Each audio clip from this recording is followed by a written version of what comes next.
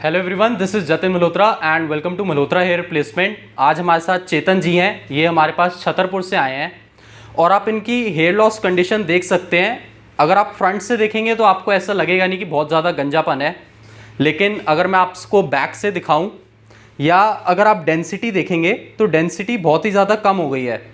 तो सर का जो लुक है, जो गेटअप ये चाह रहे थे, वो इनको मिल नहीं पा रहा था। कम डेंसिटी की वजह से जो बालों की सेटिंग है वो बैठ नहीं पा रही थी। तो आज ही हमारे पास आए हैं अपना पैच लगवाने के लिए। हमने इनको फिक्सिंग मेथड रिकमेंड किया है। वैसे इनका क्लिपिंग में भी हो सकता था, लेकिन सर कह रहे हैं जो मेरे को रोज़ रात को उतारना या सुबह लगाने वाला सिस्टम नहीं चाहिए, और सर का हमारा थोड़ा एक्टिव लाइफस्टाइल भी है, तो मैंने इनको फिक्सिंग रिकमेंड करी है। बाकी सर खुद शेयर करेंगे कि क्या सोच के हमारे पास आए और कैसे हमारा उन्होंने यूट्यूब पे देखा। सो सर शेयर करिए हमारी यूट्यूब ऑडियंस के साथ। सो हाय, माय नेम इज़ चेतन। तो मुझे मल्होत्रा जी के बारे में यूट्यूब पे पता लगा था। मैं अगर बताऊं तो 1-2 साल पहले से मैं थोड़ा सर्च कर रहा था, क्योंकि बाल थोड़े से ज़्यादा ख़राब हो गए थे। तो मेरा एक फ्रेंड है जिसने कि उस टाइम पे रेकमेंड करना चाहा कि वो उस पर कर ले, मतलब हेयर पैच लगा ले। लेकिन उसको लोगों ने बोला हेयर पैच लगाएगा, ये हो जाएगा, वो हो जाएगा, तो उसने आपका हेयर ट्रांसप्लांट करा लिया। हालांकि उसका वो हेयर ट्रांसप्लांट ने बाल कवर तो कर लिए, लेकिन जब भी आप पास आते हो तो एक दाना सा दिखना और थोड़ा सा हटा के पूरा स्पेस दिखना, तो कहीं ना कहीं आप अनकॉन्शियस हो ही जाते हो। तो फिर काफ़ी सर्च करने के बाद काफ़ी टाइम से इन्हें फॉलो भी कर रहा था, तो देख के लगा कि हाँ मेरे को एक बार जाना चाहिए। हालांकि इन्होंने उससे कंसल्ट करके उन्होंने थोड़ा अच्छा रिकमेंड भी किया कि किस चीज़ पे जाना चाहिए, कौन से मेरी उस पर अच्छा लगेगा। बाकी देखते हैं कराने के बाद। सो गाइस, जैसे सर ने कहा कि पास से वो जो नॉटिंग होती है, जो इंसिजन होता है ट्रांसप्लांट का, वो विजिबल होता है। और ट्रांसप्लांट का रिजल्ट भी बहुत सारे केसेस में नहीं आती उतनी डेंसिटी जितने क्लाइंट एक्सपेक्ट कर रहे होते हैं।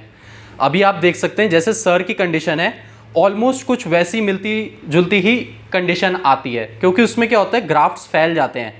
तो ट्रांसप्लांट सिर्फ उन्हीं के लिए ही सही रहता है जिनका अपना डोनर एरिया हैवी है और जो गंजापन कवर करना है वो एरिया कम है, तो उसमें ट्रांसप्लांट की फिर भी डेंसिटी आ जाती है। लेकिन अगर आप पूरे गंजेपन में ट्रांसप्लांट करवाने की कोशिश करते हैं तो उसमें आपको अपने पसंद की डेंसिटी नहीं मिल पाती। सो वीडियो स्टार्ट करते हैं, आपको सर का प्रॉपर गेटअप दिखाते हैं पैच लगने के बाद। वीडियो में जुड़े रहें।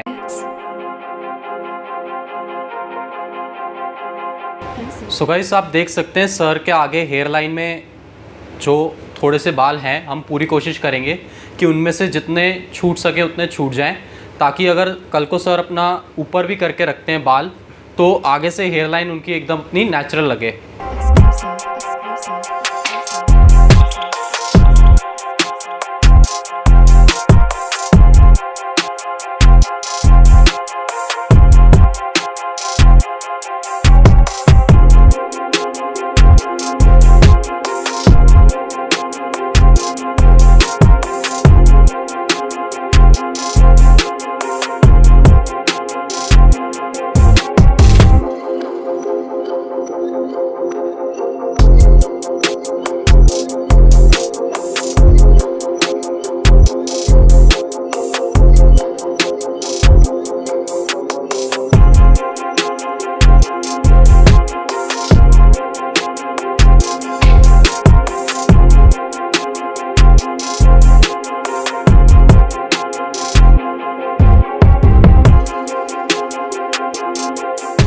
सो गाइस, देख सकते हैं हमने सर की आगे हेयर लाइन पे कलर अप्लाई किया है। इसका पर्पस क्या है कि जैसे मैंने आपको बिफोर की कंडीशन में दिखाया, सर की जो हेयर लाइन है बहुत ज़्यादा डेंस नहीं है।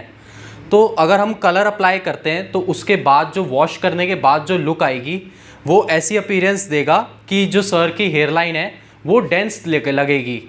तो अगर हम पीछे से पैच की डेंसिटी देते हैं तो उसकी जो फिनिशिंग है बहुत ही ज़्यादा अच्छी आएगी। होने को बिना कलर के भी हो जाता, लेकिन जो 80% और 100% फिनिशिंग का फ़र्क है वो कलर की वजह से प्रॉपर 100% फिनिशिंग के साथ काम होगा। सो गाइस, आप कलर वॉश करने के बाद का रिज़ल्ट देख सकते हैं। ऐसा लग रहा है कि जो हेयर लाइन है वो डेंस है, तो ये कलर से ये इफ़ेक्ट आया है। तो ये जब हम पैच के साथ इसके बालों की मिक्सिंग करेंगे तो बहुत ही अच्छा लुक आएगा। सो गाइस, फिक्सिंग से पहले स्कैल्प प्रोटेक्टर अप्लाई करना बहुत ज़रूरी है। ये एंटी बैक्टीरियल और एंटी फंगल होता है, तो 20 से 25 दिन तक आपका पैच सर पे फिक्स रहता है। तो उससे पहले अगर आप स्कैल्प प्रोटेक्टर लगाते हैं तो एक ही ऐसे प्रोटेक्शन की लेयर की तरह काम करता है फिक्सिंग के लिए। सो गाइस, बहुत लोग पूछते हैं कि ग्लू से कोई साइड इफ़ेक्ट तो नहीं होता स्किन पे। सो ये जो है मेडिकली अप्रूव्ड और स्किन टेस्टेड प्रोडक्ट ही है। ये ऐसा नहीं है कि एक बार ही लगानी है, हर 20-25 दिन में, हर महीने सर्विसिंग में सेम प्रोडक्ट्स ही अप्लाई होने हैं। तो ऐसी कोई चीज़ लगा नहीं सकते जिसका कोई साइड इफ़ेक्ट हो, नहीं तो कोई भी पैच ना यूज़ कर पाए। हमारे पास जो सालों से क्लाइंट आ रहे हैं वो इसलिए यूज़ कर पा रहे हैं पैच, क्योंकि इसका 1% भी साइड इफ़ेक्ट नहीं है। बहुत बार होता क्या है, यूट्यूब पे अगर आपने कोई एक आध वीडियो देखी भी हो जिससे रेडनेस आ जाती है स्किन पे, वो इसलिए होता है क्योंकि स्किन जो है बहुत ही ज़्यादा सेंसिटिव होती है या स्किन पे डैंड्रफ बहुत ज़्यादा बनता है। तो उस केस में 1% आपकी रेडनेस आ सकती है, वो भी टेम्परेरी रेडनेस होती है। जैसे सर्विस में 30 से 40 मिनट लगते हैं, तो सर्विस कंप्लीट होते होते तक वो रेडनेस भी हट जाती है। या ज़्यादा से ज़्यादा आप एक आध दिन अपना पैच उतार देंगे तो वो रेडनेस भी गायब हो जाती है। और ये दिक्कत आती है सिर्फ सेंसिटिव या सॉफ्ट स्किन वालों को, या जिनकी स्किन पे डैंड्रफ बहुत बनता है। 90% केसेस में कोई दिक्कत नहीं आती, आप इजीली पैच यूज़ कर सकते हैं बिना किसी दिक्कत के।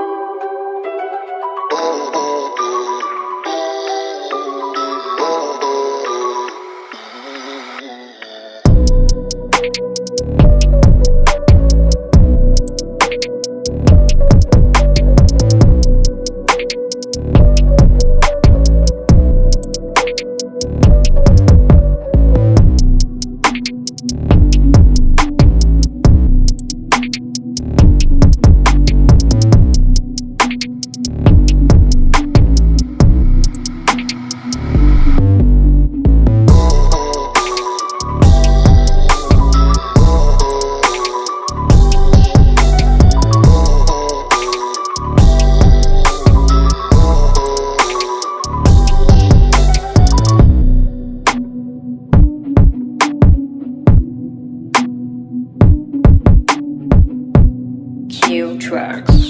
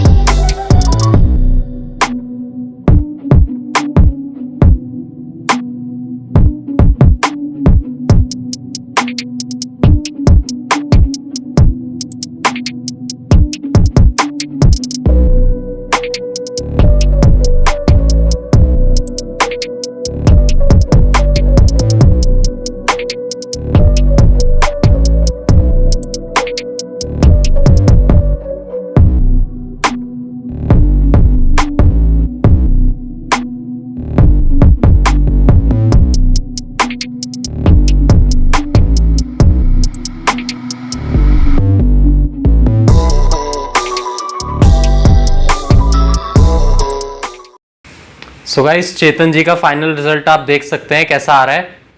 बाकी चेतन जी खुद अपना फीडबैक शेयर करेंगे कि उनको कैसा लगा काम।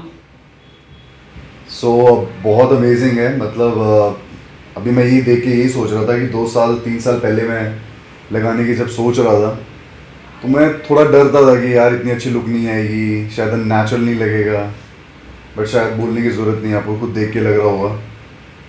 और बाकी भैया की मेहनत, जिन्होंने इतना अच्छा लुक दे दिया, इसको बिल्कुल नेचुरल कर दिया। बाकी गाइज आप फ्रंट की हेयर लाइन की फिनिशिंग देख सकते हैं कितनी ज़्यादा नेचुरल लग रही है। तो जो ये डिटेलिंग होती है, जो फिनिशिंग होती है, छोटी छोटी चीज़ें भी बहुत मैटर करती हैं। बाकी हमने सर के जो अपने साइड के नेचुरल बाल थे उनको भी पैच के साथ मर्ज करके बिल्कुल प्रॉपर फिनिशिंग में कर दिया। आप साइड से देख सकते हैं, पीछे से भी बिल्कुल प्रॉपर फिनिशिंग है। सो गाइज यही थी आज की वीडियो। अगर आपको वीडियो में हमारा काम अच्छा लगा हो तो वीडियो को लाइक ज़रूर करें, चैनल को सब्सक्राइब करें। बाकी मैंने अपनी कॉन्टैक्ट डिटेल्स और प्राइसिंग वगैरह सारी डिस्क्रिप्शन में दे रखी है। नेक्स्ट वीडियो में मिलते हैं। Thank you so much.